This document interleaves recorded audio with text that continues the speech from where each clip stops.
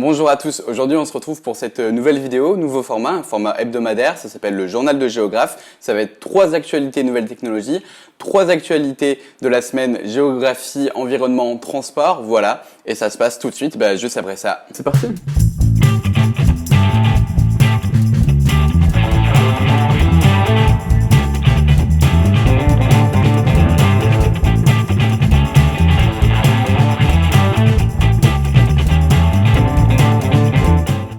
Bon les amis, je suis content de vous présenter ce nouveau format.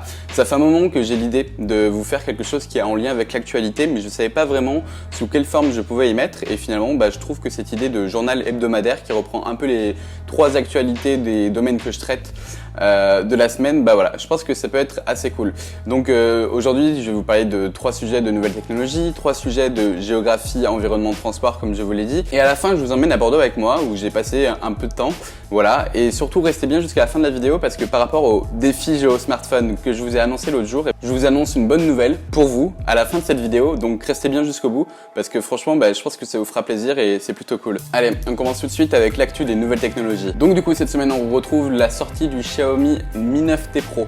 En fait c'est un smartphone qui est sorti en Chine au mois de mai sous le nom du Redmi K20 Pro et en fait c'est ce qui est actuellement le meilleur rapport qualité-puissance-prix sur le marché. Ce téléphone possède le processeur le plus puissant actuellement du marché des smartphones qui est le Snapdragon 855. On retrouve un triple capteur photo, un écran sans encoche avec une caméra pop-up ainsi qu'un écran Super AMOLED.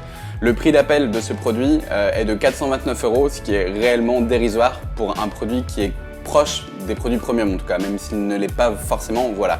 En termes de rapport qualité-puissance-prix, on ne fait pas mieux actuellement. La deuxième infotech de cette semaine, c'est la sortie des Realme 5 et Realme 5 Pro en Inde. C'est une actualité qui n'est pas forcément très importante aujourd'hui pour les Européens, mais qui pourrait l'être à venir. Parce que Realme, c'est une marque entrée de gamme qui propose des produits d'excellents, j'allais dire de très bons, mais d'excellents rapports qualité-prix. Voilà, pour 200 € en général, vous avez un téléphone qui est quasi équivalent au milieu de gamme, en tout cas au plus haut milieu de gamme de ce qui se faisait l'année dernière. Donc voilà, c'est plutôt très intéressant.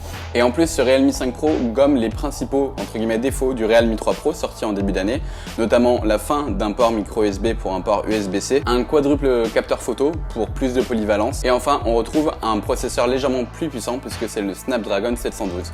Pour l'instant, il n'y a pas d'informations quant à sa sortie en Europe, mais on devrait être assez vite fixé. La dernière actu tech de cette semaine que j'ai décidé de revenir, ça concerne Apple et Samsung.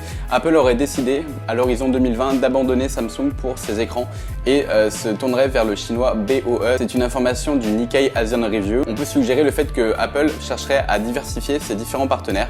Et dans un contexte où il y a une guerre commerciale en Asie, mais également une guerre commerciale entre les États-Unis et la Chine qui est relativement importante, et c'est intéressant de voir comment Apple se positionne par rapport à ces histoires de guerre commerciale là.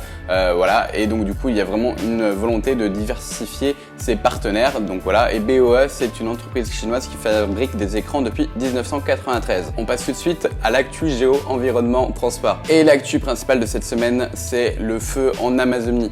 Des incendies ont d'abord été révélés sur Twitter avant d'être repris par les différents médias nationaux en Europe. Pour l'instant, on ne sait pas combien d'hectares ont brûlé. Les différentes causes évoquées par rapport à cet incendie sont notamment la sécheresse, la déforestation ou encore les incendies d'ordures dans les différentes friches urbaines, dans le Mato Grosso notamment. Ce 23 août, le président du Brésil, Jair Bolsonaro, a décidé d'envoyer l'armée pour essayer de maîtriser cet incendie, mais c'est vrai que c'est assez inquiétant parce que l'Amazonie, ça produit quand même beaucoup d'oxygène pour la Terre entière. La deuxième info de cette semaine qui m'a marqué, c'est un rapport de l'EPSF, établissement public de la sécurité ferroviaire, qui a été révélé par le Parisien, qui montre que le réseau SNCF n'est pas forcément dans un très bon état. Ce rapport révèle notamment des manques de boulons aux différentes éclisses, mais également des anomalies électriques, et donc du coup ce qui fait que l'entretien n'est pas forcément à la hauteur de ce qu'il faudrait pour la sécurité des voyageurs. La SNCF et le gouvernement ont répondu qu'il n'y avait pas de danger immédiat néanmoins, mais que l'urgence était certes réelle. Enfin, la dernière actu un peu géo, elle est géopolitique, c'est le G7 qui se déroule en France actuellement, donc entre ce samedi 24 août et le lundi 26 août. Ce G7 regroupe 7 nations que sont le Canada, la France, les États-Unis, la Grande-Bretagne, l'Allemagne, l'Italie et le Japon. Cette année, la thématique annoncée pour ce G7 est la lutte contre les inégalités et notamment contre les inégalités climatiques. La France a donc invité 8 autres pays pour participer à ce débat: l'Australie, le Chili, l'Inde, l'Afrique du Sud, l'Égypte, le Rwanda, le Burkina Faso et le Sénégal. Voilà les thématiques que j'ai donc décidé de relever cette semaine, et vous, dites-moi s'il y en a d'autres dans ces sujets-là qui vous ont marqué. Voilà, j'attends vos commentaires et dites-moi également si ce format vous a plu. Voilà, allez, on se retrouve en direct de Montpellier, puis de Bordeaux. C'est parti.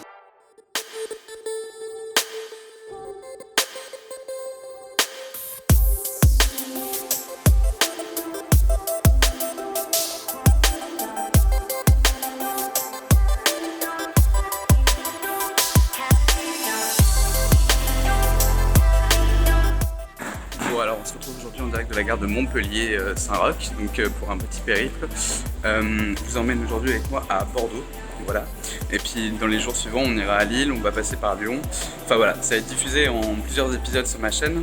Voilà, le but c'est d'aller un peu promouvoir ma chaîne suite à l'annonce que je vous ai fait mercredi dernier.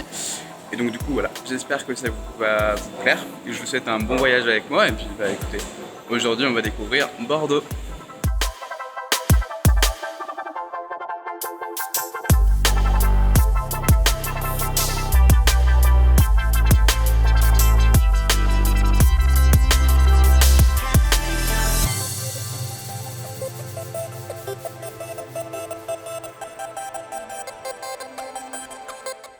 Bon les amis, il est 13h, je viens d'arriver à l'hôtel, donc là je suis dans ma chambre, je suis tranquille. Je voulais vous parler donc du coup de cette petite carte, voilà, que je vous ai teasée dans plusieurs de mes dernières vidéos. Voilà, je vous en ai pas parlé dans la vidéo qui est sortie ce mercredi, parce que en fait ce qui est écrit au dos de cette carte, c'est ce que je vous explique dans la vidéo de mercredi. Mais du coup en fait, c'est des cartes que j'ai distribuées dans les différentes villes, voilà, que vous pouvez voir ici, où je suggère, est-ce que la mise au point peut se faire, bonjour la caméra frontale. En gros, c'est une carte derrière laquelle je dis que je suggère aux gens de s'abonner à ma chaîne. Enfin, c'est pour faire découvrir ma chaîne en fait. J'explique que donc pour mes 10 000 abonnés, je vais offrir un smartphone à 500 € à mes abonnés sur YouTube. Voilà, donc en fait cette petite carte, eh ben, je vais la distribuer donc, pendant 3 jours. Donc là aujourd'hui on va aller à Bordeaux, demain on sera à Lille et normalement après-demain on sera à Lyon. Et puis bah c'est parti, on va aller découvrir Bordeaux ensemble.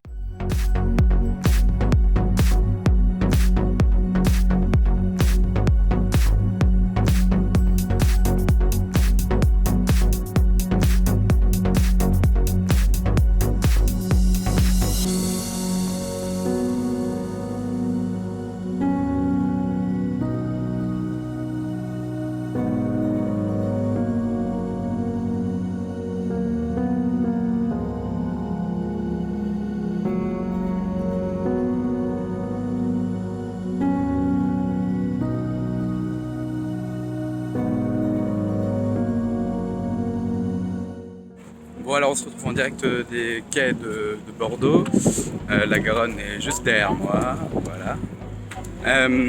Donc voilà, c'est l'heure que j'aille voir les personnes pour présenter ma chaîne. Donc je sais pas si je vais être bien accueilli ou pas, je pense pas filmer ce genre de séquence, mais voilà, la carte est là. C'est parti.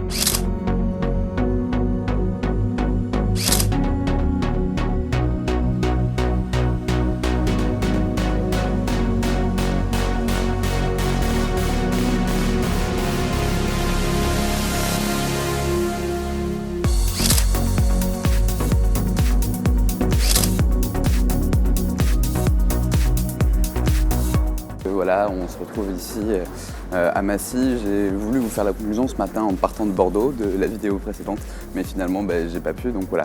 Je vais juste vous dire que j'espère que cette vidéo de Bordeaux vous aura plu, que vous aurez apprécié ces belles images, et je voulais vous donner une petite information, parce que chaque dimanche, pendant quelques temps, je vais vous donner une information supplémentaire. Sachez que à chaque palier de 1000 abonnés, j'offrirai un cadeau. Voilà, j'offrirai un cadeau tous les paliers de 1000 abonnés. Comme ça, même si on n'atteint pas les 10 000, et ben, comment dire, ça récompensera quand même ce que vous avez fait.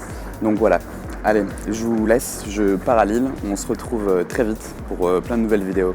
Ciao!